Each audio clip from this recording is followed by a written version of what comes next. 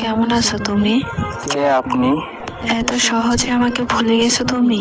ফালতু কথা বাদ দেন, কে আপনি সেটা বলেন। এত তাড়াতাড়ি ভুলে যাবা কোনোদিন ভাবি নাই আমি। আজব তো, কে আপনি?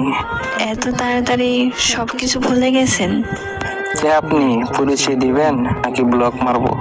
এক সময় একটু কথা বলার জন্য কত পাগল ছিলেন, আর এখন ব্লক করার জন্য পাগল হয়ে গেছেন। বাহ! সরি, আপনার কোথাও ভুল হচ্ছে। আমাকে চিনতে পারো নাই? আমি তোমার জান্নাত। কোন জান্নাত?